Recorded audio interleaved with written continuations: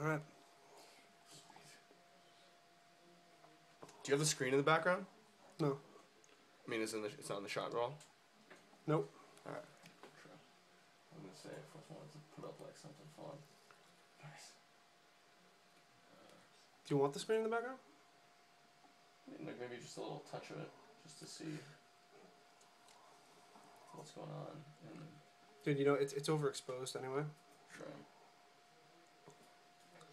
So I'm just gonna keep it out of the shot, if that's okay. Yeah, that's cool. All right, sweet. Looking good. All right, just hit it. We're good. Yeah. All right. So, yes. What have you started? I have started a still life photography business, I guess. That's what I do here. I studied photography in school, and I think for at least a couple of years afterwards, I was just doing sort of anything that would enable me to use my camera and preferably be getting paid for it. And I don't think there was really ever anything that fit that that criteria that I didn't enjoy doing. But it was a few years after that where a friend of mine pointed out that my particular personality was really like suited to product photography, still life photography, and so I started experimenting with photographing jewelry, because if you're going to be photographing products, you need them to be very high quality and clean. You can't just pick anything that's around your house and take a photo of it and have it really, because you spend the rest of your life fixing up the image.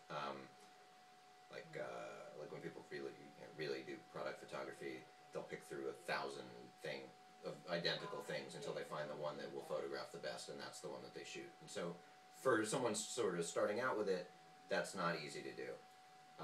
But almost anybody knows somebody who has either just gotten engaged or has some high quality jewelry that they take good care of. And so I just realized I had access to high quality things to experiment with. And so I borrowed a bunch of jewelry from people. And as my cousins got engaged, I would photograph their engagement ring.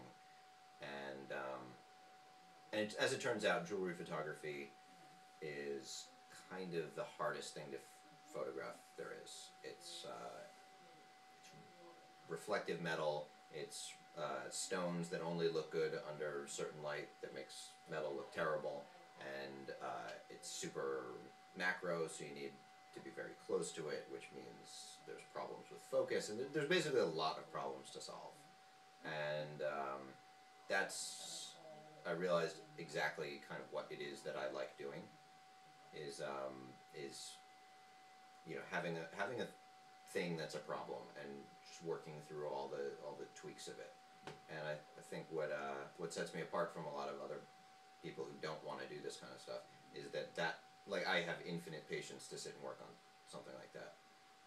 Where a lot of photographers dread still life photography because it's such meticulous, patient work, and you could spend like all day just moving things like a millimeter at a time, and that drives them crazy.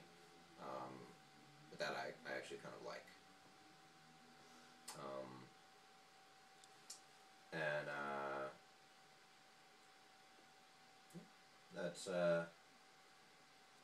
that's what I do here.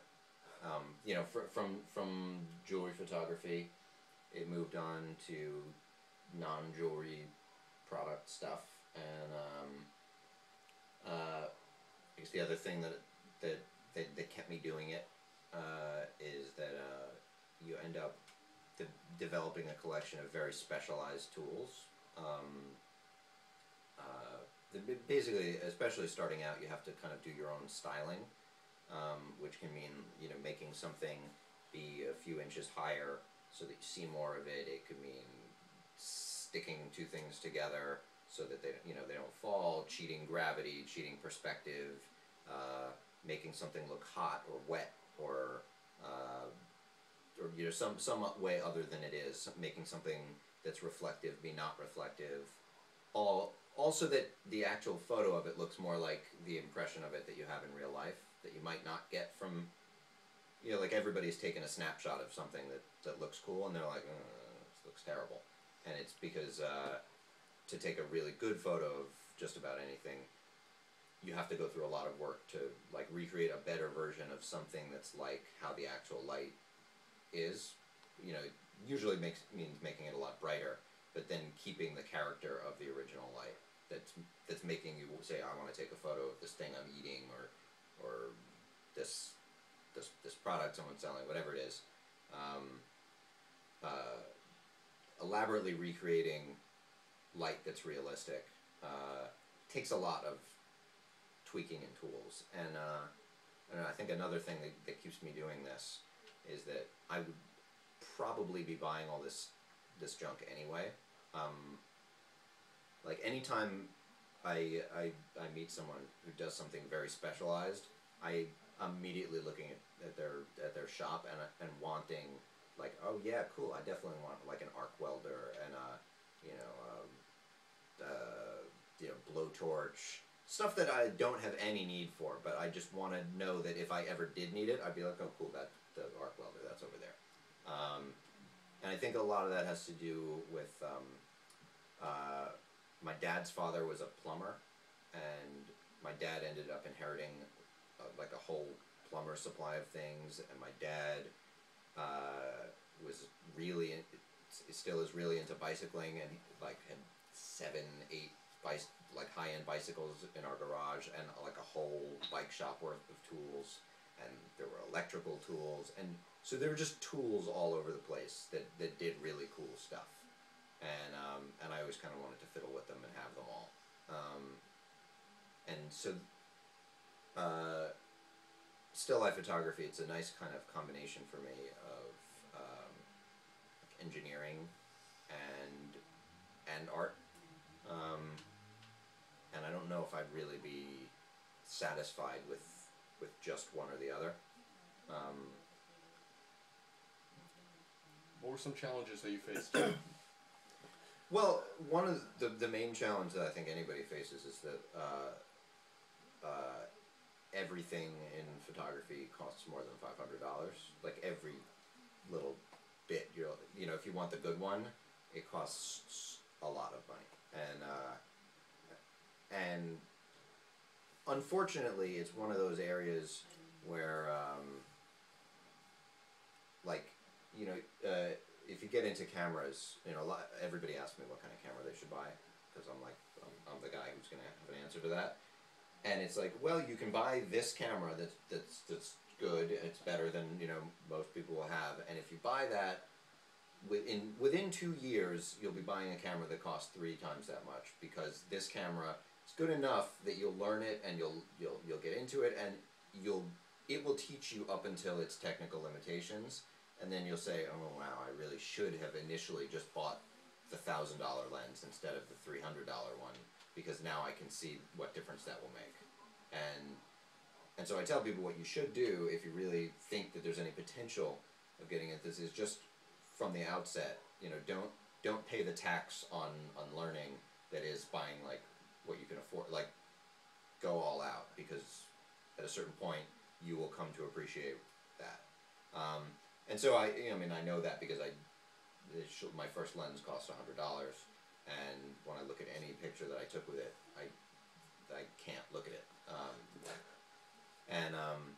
And so you sort of have to go through that, where, I mean, unless you're fortunate enough to just, you know, be able to buy everything that's the best there is, you know, right off the bat, you kind of have to build yourself up until what you're doing supports buying, you know, more gear. Does it require both the monetary buildup, but also like a mental one as well? How would you, you know, if people were in the same position, you know, how did you continue to stay confident in the decisions you were making with your purchases? Well, I mean, I spend a lot of time just like scanning through catalogs and just familiarizing myself with what's available. I like to know how to solve a problem, and I also do a lot of photo assisting. So I'm spending time in much more established studios, like studios that aren't a room in someone's apartment,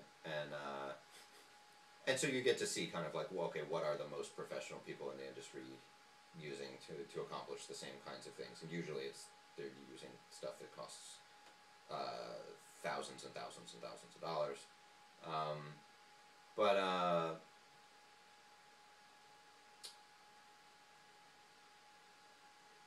mean, I guess I guess you kind of have to learn. You have to get familiar with what companies are making stuff, what tends to be good, what is a price range that something like this should or can cost, and So how did you, like, what types of resources did you not have initially in order to learn these things about these products and these types of processes and, blending the engineering and the art? And how did you find those resources or gather them and then leverage them to get to the point where you are now? I mean, I certainly didn't have the ability to just lay it all out initially, and I think most of what I know that's really practical, I learned after I was in school. I think there are probably people who've gone to a school that is more like enormously focused on photography than I did, who will probably get a quicker experience of just like what the high end gear is like. The photo program that I graduated with focused mainly on film photography, and it was all black and white. There was no use of flash. It was fine art centered. It wasn't like here's how people actually make a living in photography, and so a lot of that I kind of had to figure out on my own. So was that a would you say that's a problem for you? That was a problem for you at the time? Well, I mean, it sort of characterized the path that I took. I don't know if, I mean, I didn't think of it as a problem because I didn't know then what I wasn't getting. It wasn't until later when I was like, okay, these are useful sort of things to know that I didn't learn. But I mean, I think actually photo assisting is a better way to get into professional photography than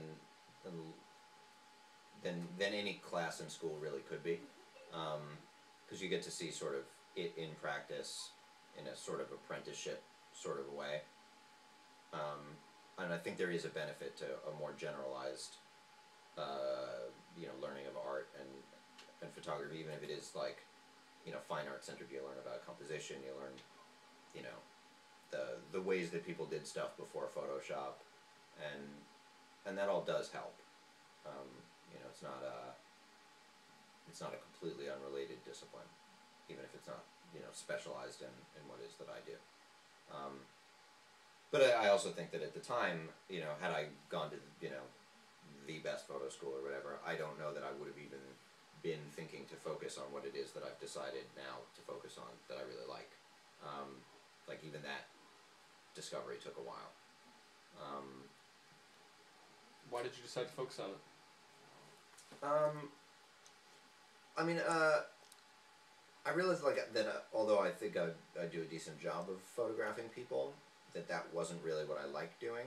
Like portraiture, or events.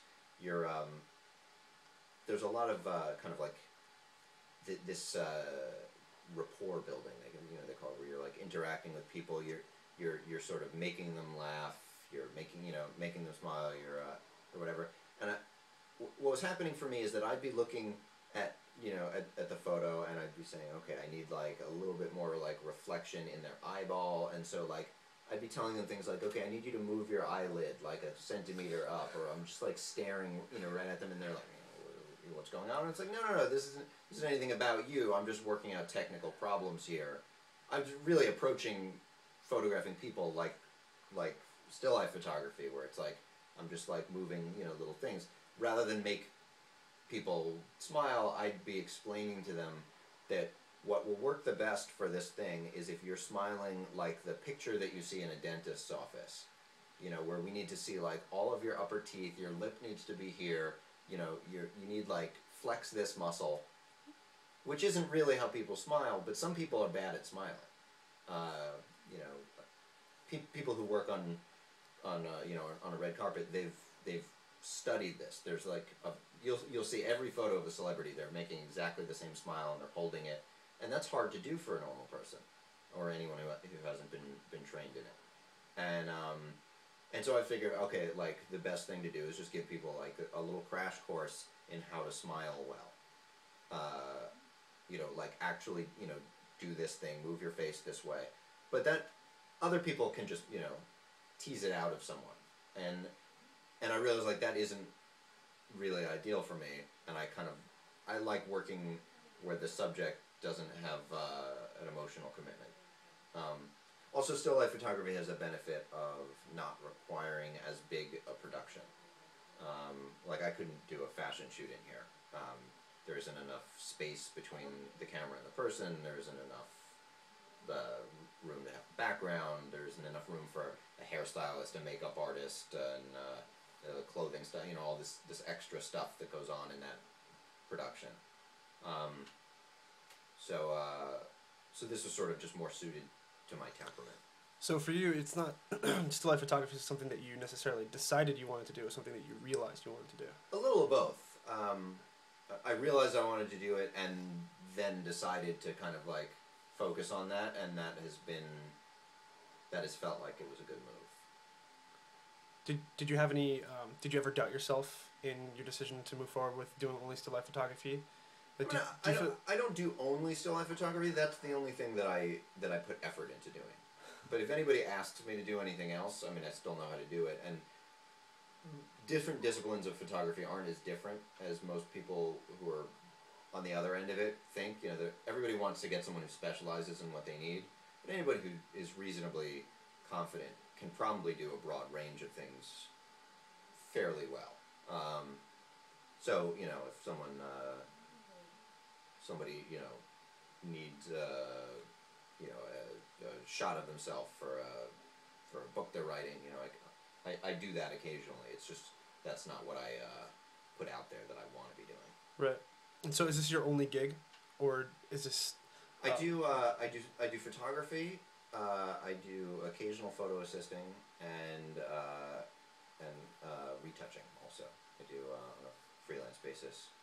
And actually, last year was that I might have done more retouching than anything else, because there was there were a few jobs that just went on for months, where it was like every waking hour of last spring I spent retouching fashion images for like a whole company catalog.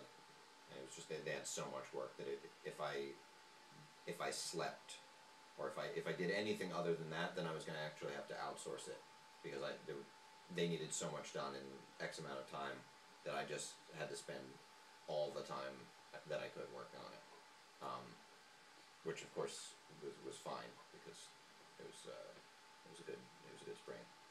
Can you talk a little bit more about confidence as how it plays in with what you do in particular?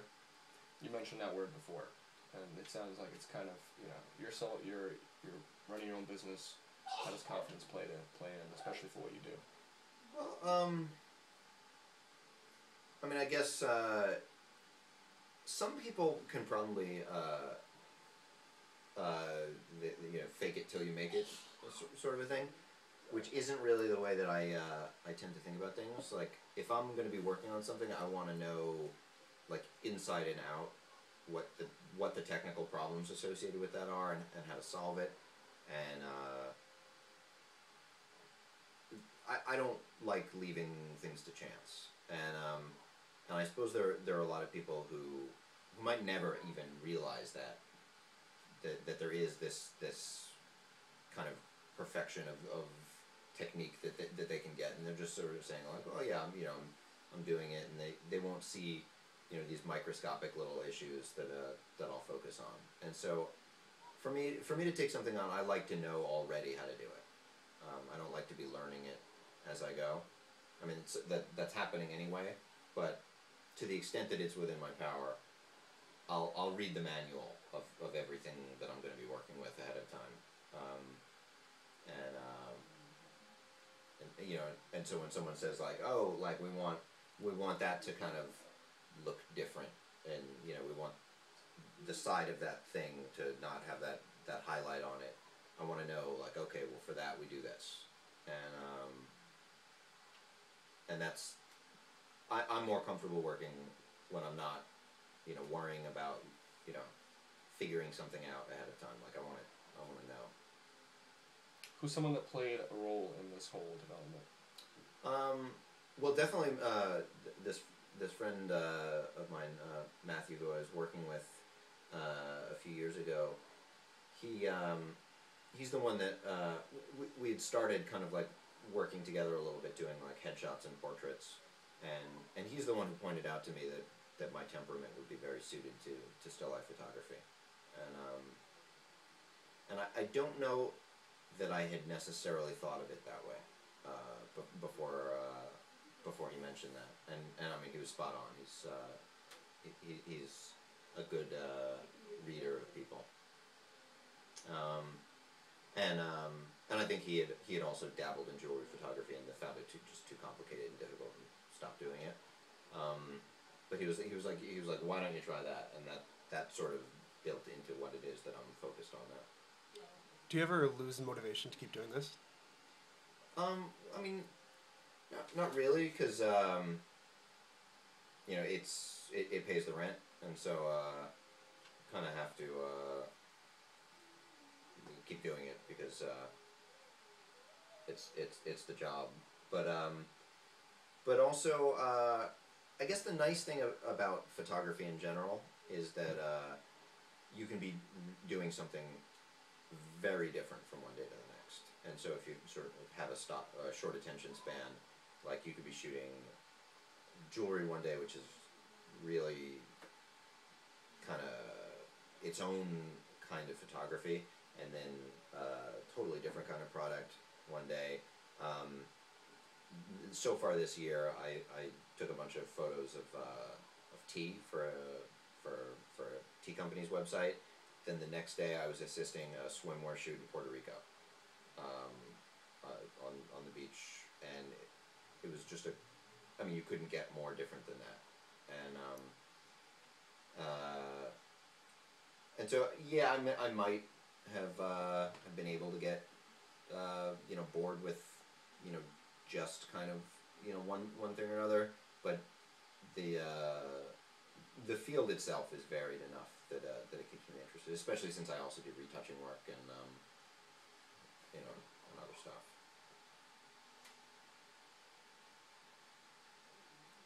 So, what else? What advice would you have for people who are in a place where they want to take a next step into a particular direction? In general, or in photography? Both. Let's see. Generally, people who want to take the next step in something. I guess is probably just start doing it, because once you start doing something, like buying the cheap camera, you're going to start learning the vocabulary of that thing that you're doing, and so you can spend all the time you want kind of like saying like, oh, I'd love to be doing, I want to be famous for this, but until you've actually started doing it, like what it is that you need to do to build it forward might not become apparent to you, and the process of doing something is the process of learning it, and so any kind of thing where you can apprentice in it or intern in it, the earlier the better.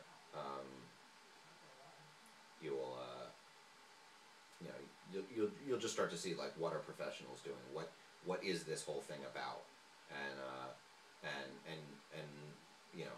what are the areas where what I already know are insufficient to do it. What is it that I need to improve on? You just have to start putting thousands of hours into whatever it is that you want to do.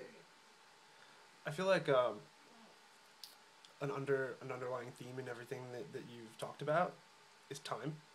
Mm-hmm. I guess so.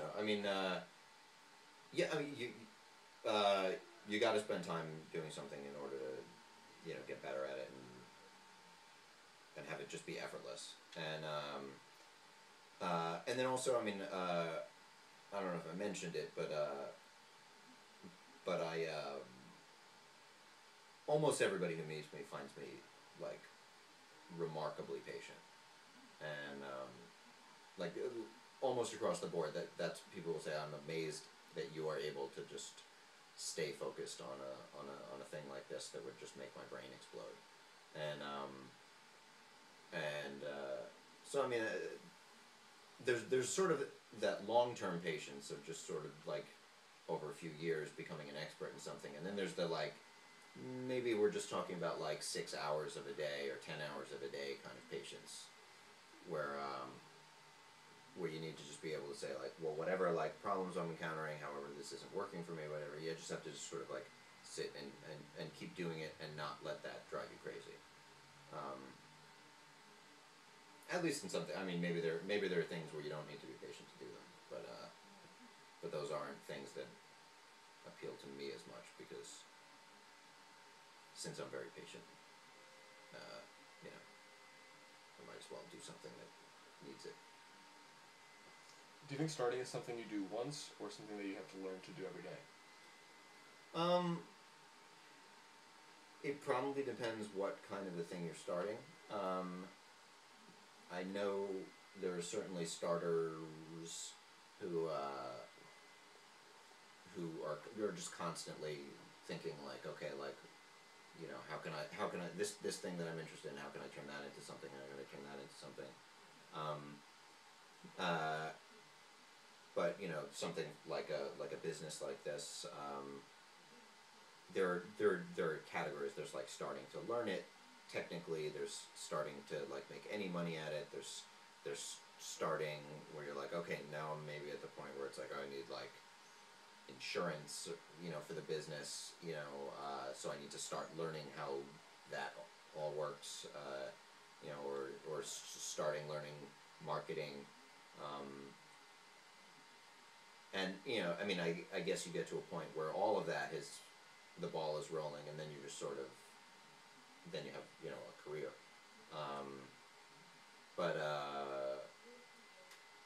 but you know, I think there are a series of non-related specialties that you'll have to get good at in order to really like get a small business thriving. I mean, probably for anybody who plans on starting anything that has a professional tone to it, like some knowledge of like how business works, or like a partner who does just that, where they do whatever it is that the whole thing is about, and someone handles the back end. Like you can't really not have that.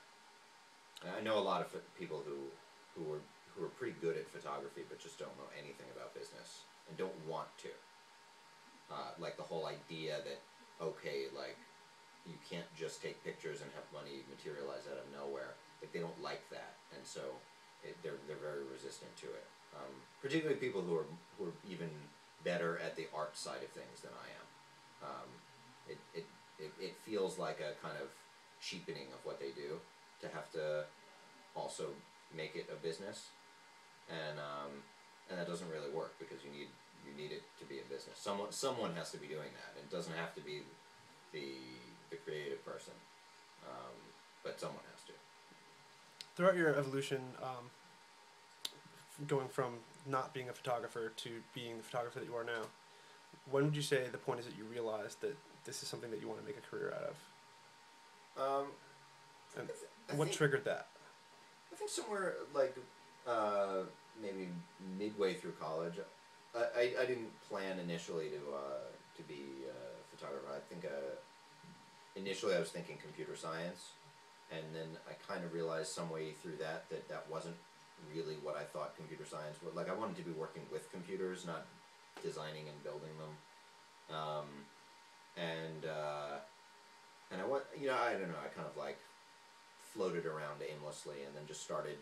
I met people who were involved in art, and I started taking art classes. I got involved in a student newspaper at my college, and then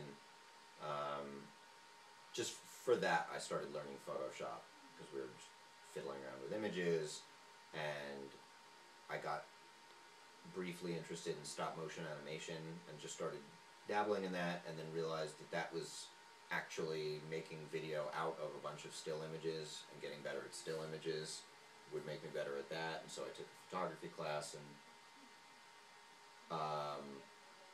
and then I just realized like photography has a lot of like gadgets involved in it, and that got me more and more interested in that.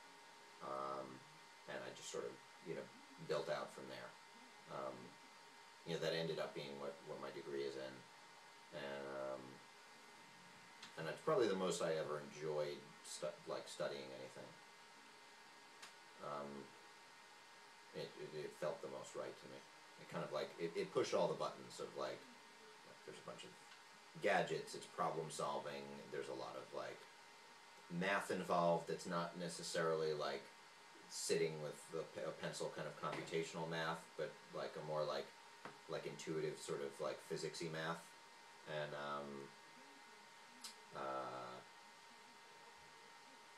and then also that it keeps things exciting by having like just a whole lot of different things that you can end up doing in a day.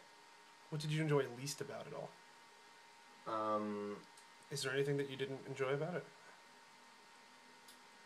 Not really. I mean, I kind of like almost anything that I've ever done in photography. For what I had a couple of years where I was working at a big touristy restaurant, taking like souvenir photography of tourists, and that was as much a sales job as it was photography. And just even that, which was just like a totally surreal environment, like interrupting people while they're eating to take a portrait of them and then convince them that that was something that they wanted to spend way too much money on. Like even that was fun for me, because it was well, this room has mirrors in it, so you gotta think this way, and this other room will have big windows with sunlight pouring in, and just the problems of making that work in a sellable way for each different environment. Like even that I like doing, even though it was like a crazy ridiculous job that I would not want to do now. Do you feel like it's you possess certain character qualities such as your patience that allows you to enjoy everything about what you do, or do you think that it's something that almost anyone is capable of doing?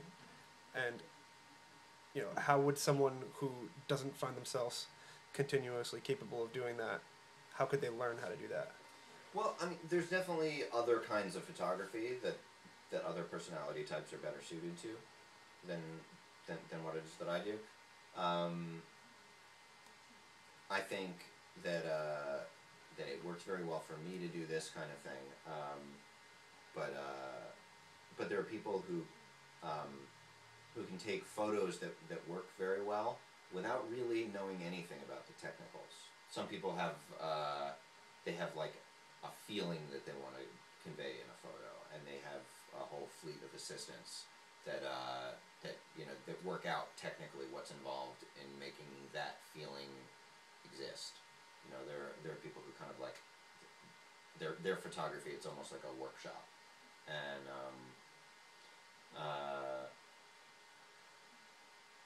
there are people who are successful in photography just because they're really good at business and marketing, and it almost doesn't matter if their photography is any good. They're well connected. They schmooze well.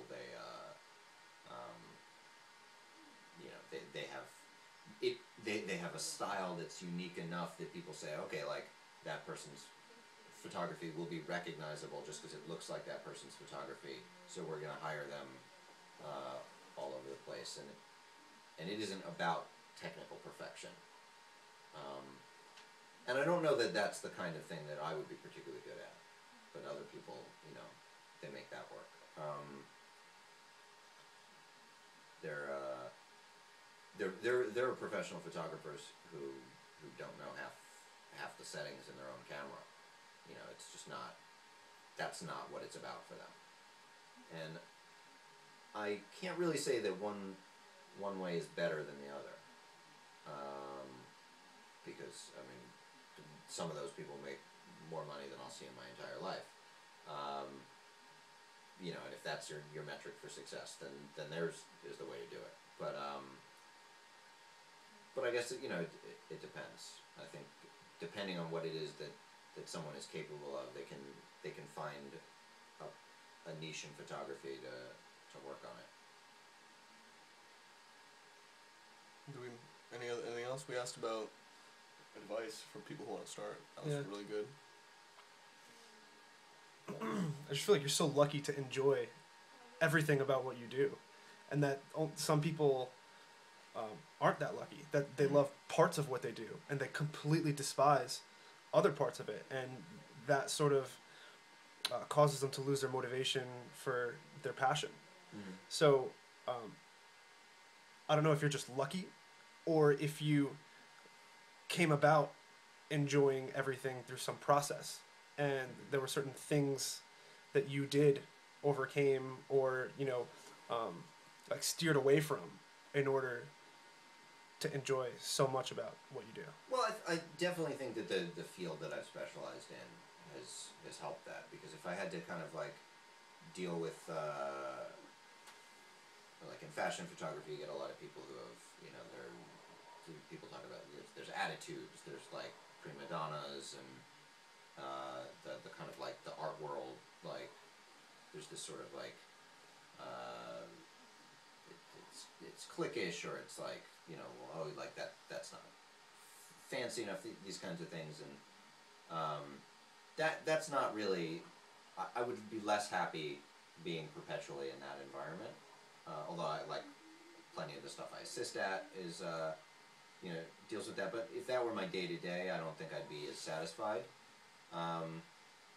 But it absolutely helps to really love what it is that you're doing. Like it makes work feel like it isn't work, and that's great. And whether that's that I applied what it is that I enjoy doing to deciding what I wanted to do, or I think I'm also probably pretty good at like if I found myself in a completely unperfect kind of photography, I'm also the kind of person who probably would find ways to love it, and and focus on the aspects of it that appeal to me, and unfocus on the ones that were chorish. I think that generally helps with being patient in general. Is just being able to kind of, no matter what it is that you're doing, occupy your mind with the aspects of it that aren't miserable, and you can kind of like deal with anything for a prolonged period of time. I'm probably better at that than most people, but I can't recommend it enough. If you can endure terrible things by either thinking about something else, or just reframing what it is that you're doing in a way that makes it more enjoyable for you, your takeaway from that experience can totally change. Awesome. Great stuff. Yeah, man. Thanks a lot.